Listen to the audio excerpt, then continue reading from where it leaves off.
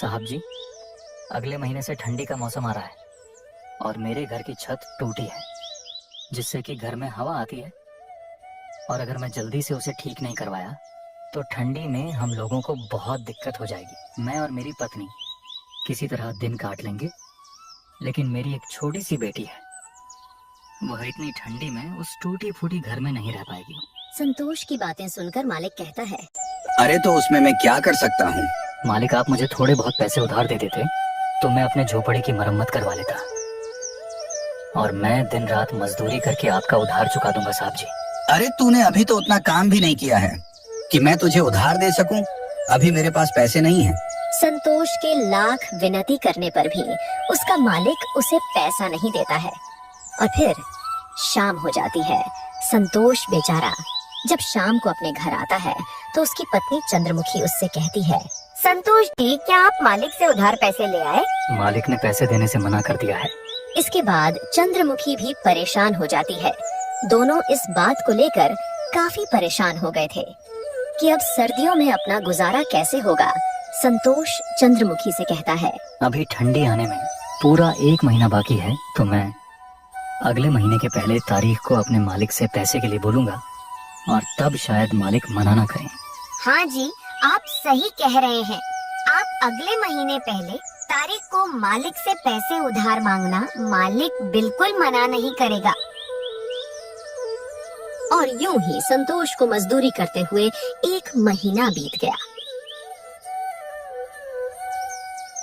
अगले महीने की पहली तारीख को संतोष अपने मालिक से पैसे उधार मांगने के लिए जाता है और उनसे कहता है, मालिक, अब तो पूरा 1 महीना हो गया है और थोड़ी थोड़ी ठंडी भी होने लगा है। अरे अब तो आप मेरी मजदूरी के पैसे दे दो ताकि मैं उन पैसों से अपने घर की मरम्मत करवा सकूं। संतोष के इस बार भी लाख विनती करने पर भी उसका मालिक उसे पैसा नहीं देता है और फिर कोई नया बहाना बता देता है। अभी मेरे पास सिर्फ ये 500 रुपया है। 500 रुपया देखकर संतोष कहता है, मालिक, इस महीने तो मैंने एक भी छुट्टी नहीं की, तो उस हिसाब से तो मेरा ज्यादा पैसा बनता है। लेकिन मालिक उसे अपने बातों में फंसा देता है और संतोष के ज्यादा बहस करने पर उसे काम से धक्का मार के निकाल देता है। संतोष को कम पैसे मिलने तथा काम से न निकाल देने जाने से बहुत परेशान हो जाता है। उसे समझ नहीं आता कि वह आगे करेगा क्या। यूं ही सोचते सोचते वह अपने घर पहुंच जाता है।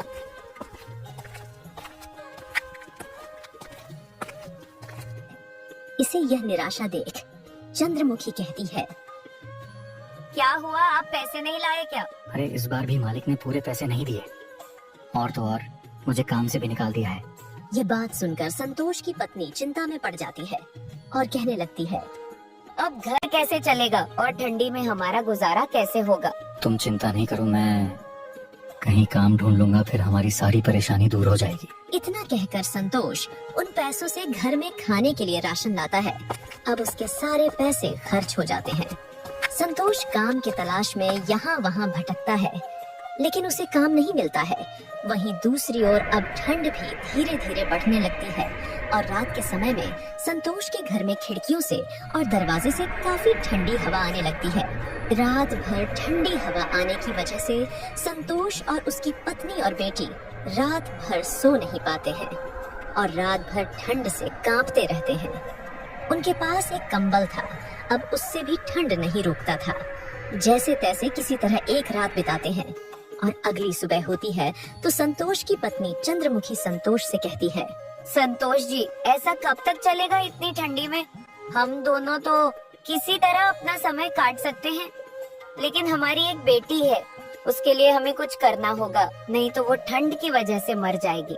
चंद्रमुखी, तुम सत्य कह रही हो। मैं आज ही जाकर बाजार जाकर देखता हूँ कोई काम मिलता है कि नहीं।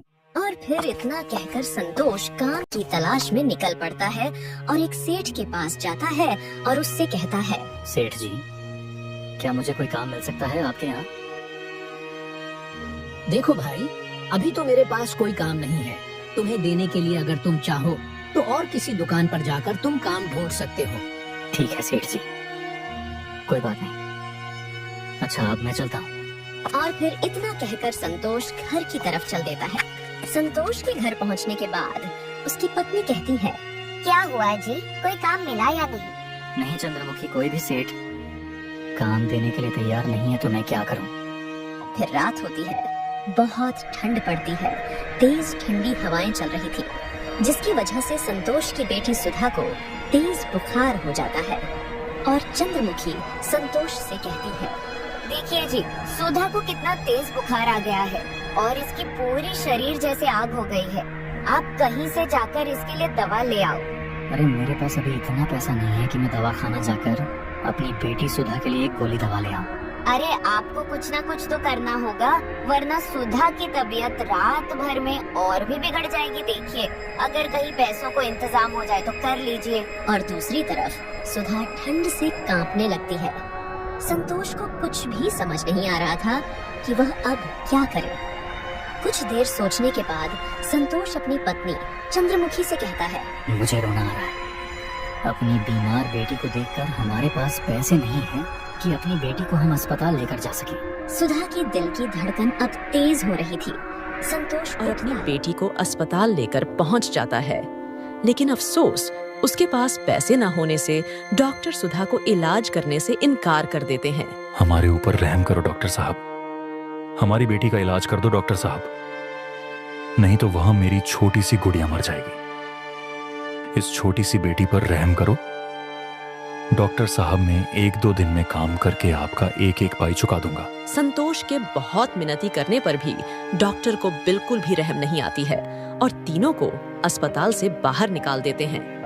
अस्पताल की सीढ़ी पर बैठकर संतोष और उसकी पत्नी चंद्रमुखी रोने लगते हैं और दूसरी ओर ठंड धीरे धीरे बढ़ती जा रही थी। ज्यादा ठंड होने की वजह से अब तीनों ही बुखार से जूझ रहे थे। वह तीनों ही अस्पताल की सीढ़ी पर बेहोश हो जाते हैं।